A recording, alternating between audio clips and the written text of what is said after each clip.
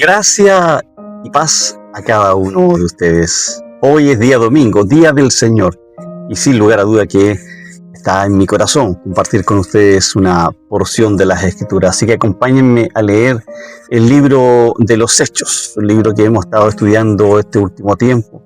Capítulo 11, verso 18. El autor dice: entonces, escribe Lucas, entonces oídas estas cosas, callaron y glorificaron a Dios diciendo: de manera que también a los gentiles ha dado Dios arrepentimiento para vida. Bueno, este versículo es una conclusión teológica monumental en el libro de los Hechos. Marcos señala esta frase: he aquí que también a los gentiles ha concedido Dios el arrepentimiento para vida. Vemos cómo los creyentes judíos de Jerusalén reconocen que la salvación no es exclusivamente para ellos. El contexto inmediato es la conversión de Cornelio, ahí en el Hechos capítulo 10. Y cómo Pedro defiende su acción de ir a casa de un gentil. La palabra clave aquí es concedido, que en griego es didomil, que indica un don divino, no algo que los gentiles lograron por sí mismos. El arrepentimiento para vida no es meramente un cambio mental, sino una transformación completa orientada hacia la vida eterna en Cristo Jesús. Este versículo derriba entonces barreras étnicas y religiosas, mostrando que el Evangelio trasciende toda división humana. Es una confirmación de que el plan de redención de Dios siempre incluyó a todas las naciones, cumpliendo la promesa hecha a Abraham de que todas las familias de la tierra serán benditas en ella. Génesis capítulo 12. El título de este sermón entonces: ¿qué tiene en común un centurión romano y tú? Dios concede, sin lugar a dudas, soberanamente el arrepentimiento que lleva a la vida eterna a toda persona que Él ha elegido, sin importar su origen, demostrando que la salvación es un regalo divino que trasciende todas las barreras humanas y nos une en Cristo Jesús. En el siglo I, la barrera entre judíos y gentiles era casi insuperable. Los judíos consideraban a los gentiles impuros, acordémonos, no solo por sus prácticas religiosas, sino por su misma identidad étnica. Un judío piadoso no entraba en casa de un gentil, ni compartía comida con ellos. Y Cornelio, aunque temeroso de Dios, seguía siendo visto como un outsider religioso. Estamos alrededor del siglo I, año 35-40 después de Cristo. La iglesia todavía operaba principalmente dentro del judaísmo. El templo de Jerusalén seguía siendo el centro religioso y los cristianos eran vistos como una secta judía más. La expansión a los gentiles representaba una ruptura paradigmática que cambiaría el curso de la historia. La estructura social romana, acordémonos, era rígidamente jerárquica. Cornelio era un centurión, un militar de rango medio con ciertos estatus, pero aún así subordinado a los romanos de nacimiento y despreciado por los judíos. La interacción entre Pedro y Cornelio cruzaba no solo barreras religiosas, sino que también sociales significativas. El judaísmo del primer siglo enfatizaba la separación como señal de fidelidad a Jehová. La idea de que Dios aceptaría a los gentiles sin que antes se convirtieran al judaísmo, incluyendo la circuncisión, era teológicamente revolucionaria. Este pasaje establece, por lo tanto, un precedente crucial que Pablo desarrollará más tarde en sus epístolas sobre la justificación por la fe. Amados hermanos en Cristo, hoy veremos cómo este versículo revela tres verdades reveladoras fundamentales que transforman nuestra comprensión del Evangelio. Primero, veremos la soberanía de Dios en la salvación. Segundo, la universalidad del llamado a arrepentirse. Y tercero, la unidad que Cristo crea entre todos los creyentes. Exploraremos cada una de estas verdades a través de las siguientes divisiones. Analicemos entonces la primera de ellas, el don soberano. Dios concede el arrepentimiento, basado en el versículo 18 de la primera parte. He aquí que también a los gentiles ha concedido Dios el arrepentimiento. Bueno, la frase ha concedido Dios, en griego es edoken o theos, revela una verdad fundamental. El arrepentimiento no es una iniciativa humana, sino un don divino. El verbo griego didomí significa dar como regalo, enfatizando la soberanía de Dios en la salvación. Y Lucas está mostrando que los creyentes judíos reconocieron que lo ocurrido en casa de Cornelio no fue obra humana, sino una obra divina. El teólogo reformado John Stott señala que este reconocimiento es crucial. Los apóstoles y hermanos comprendieron que el arrepentimiento es tan don de Dios como lo es la fe. Este entendimiento, queridos amados, transforma completamente nuestra perspectiva. No somos nosotros quienes decidimos arrepentirnos por nuestro propio poder, sino fue Dios quien nos concede este regalo como parte de su gracia soberana. Y la conclusión teológica es clara: la salvación comienza y termina con Dios, no con el hombre. Hermanos amados, ¿alguna vez has pensado en el arrepentimiento como un logro personal? Quizás nos enorgullecemos muchas veces de nuestra decisión por Cristo, como si fuera fruto de nuestra sabiduría o espiritualidad. Pero este pasaje nos humilla recordándonos que el arrepentimiento genuino es un regalo que solo Dios puede darnos. No es que nosotros decidamos arrepentirnos y entonces Dios nos acepte. Esto es al revés. Dios nos concede el arrepentimiento y entonces podemos responder a su llamado. Esto nos libera entonces del orgullo religioso y nos llena de gratitud, reconociendo que nuestra salvación depende enteramente de la gracia divina.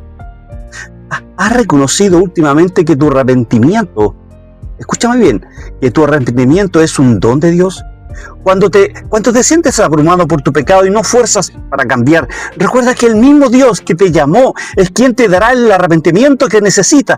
No depende de tus fuerzas, sino de su gracia.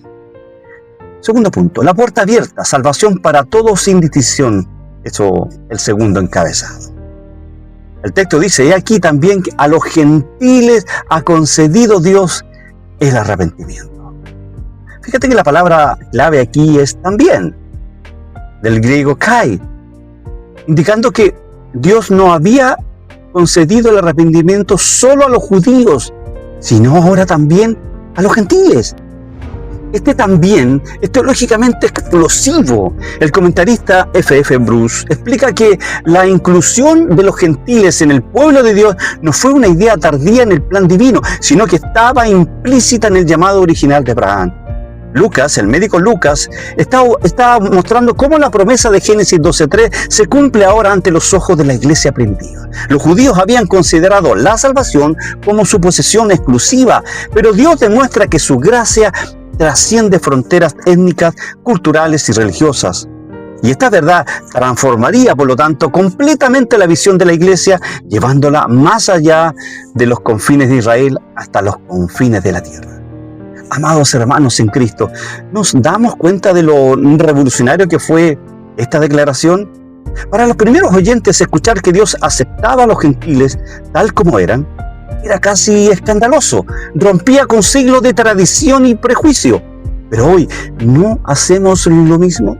Nos creamos barreras entre nosotros y ellos. No pensamos que Dios solo puede salvar a cierto tipo de personas. Este pasaje, por lo tanto, nos confronta y nos recuerda que la gracia de Dios no conoce fronteras. No importa tu pasado, tu cultura, tu educación o tu posición social, sino te llama a ti también. ¿Quién has considerado demasiado lejos de la gracia de Dios? Quizás un familiar, un amigo o incluso tú mismo. Este versículo te dice hoy que la puerta está abierta para todos. El evangelio no es exclusivo para un grupo selecto, sino un llamado universal a toda persona que arrepentirse y creer en Cristo. Y esto nos lleva a nuestro tercer encabezado: la transformación radical, arrepentimiento que produce vida. La última parte del versículo 18. Para vida, dice el texto. Cortita frase. La frase para vida en el griego indica el propósito y el resultado del arrepentimiento concedido solo y exclusivamente por Dios. No se trata de un simple cambio de opinión, sino de una transformación ontológica. El teólogo reformado, el maestro C.S. Sproul, destaca que el arrepentimiento bíblico no es meramente sentirse mal por el pecado, sino volverse completamente de Él hacia Dios, lo que necesariamente resulta en vida. Y esta vida no es solo existencia física, sino la vida eterna que solo se encuentra, escúchame bien, en Cristo. Juan Calvino comentó que el arrepentimiento y la fe son dos dones inseparables que Dios concede simultáneamente conduciendo una nueva vida en el creyente. Por lo tanto, el arrepentimiento no es una condición para obtener la vida, sino el medio por el cual Dios nos comunica la vida que ya nos ha sido dada en Cristo Jesús. Queridos hermanos en Cristo Jesús, ¿vivimos como personas que han recibido vida verdadera? A veces tratamos el arrepentimiento como un castigo, una pérdida, cuando en realidad es el camino a la vida plena. Arrepentirse no es perder nuestra libertad, sino encontrar la verdadera libertad en Cristo Jesús. No es renunciar a la alegría, sino descubrir la alegría genuina que solo Dios puede darnos. Cada vez que nos arrepentimos, estamos experimentando otra vez la vida que Dios nos ha concedido. ¿Has experimentado esa vida que Dios promete a los que se arrepienten? ¿O vives como si el arrepentimiento fuera solo un requisito religioso sin poder transformador? Hoy Dios te invita a recibir otra vez este don de arrepentimiento que produce vida, vida en abundancia, vida eterna, vida en Cristo. Y a manera de conclusión de este sermón de este día domingo, hoy hemos visto cómo este breve versículo revela tres verdades transformadoras. Primero, que el arrepentimiento es un don soberano de Dios. No es un logro humano que tú te puedas arrogar. Y segundo, que este don es para toda persona sin distinción, derribando nuestras barreras y prejuicios. Y tercero, que este arrepentimiento siempre produce vida verdadera y vida duradera. Estas verdades nos llevan al centro del Evangelio, entonces, un Dios soberano que salva gratuitamente a pecadores de todo origen, transformándolos radicalmente por su gracia. La pregunta que suena hoy día: ¿has recibido este don de arrepentimiento que Dios concede? ¿O sigues confiando en tu propia capacidad para cambiar o para salvarte? Y para los que ya hemos recibido este don, vivimos como personas que han sido verdaderamente transformadas. Reflejamos en nuestra vida la gracia exclusiva que hemos recibido de parte de Cristo. Que Dios nos conceda, hermanos, hoy una nueva vez este don de arrepentimiento para que vivamos la vida abundante que Él nos ha prometido solo en Cristo Jesús. A Él sea la gloria por los siglos de los siglos. Amén. Bueno, queridos hermanos, iglesia amada, espero que el Señor, a través de este sermón, pueda traer claridad a tu vida. Gracia y paz a cada uno de ustedes. Y nos vemos en otro momento de cápsulas teológicas. Dios les bendiga. Chao, chao.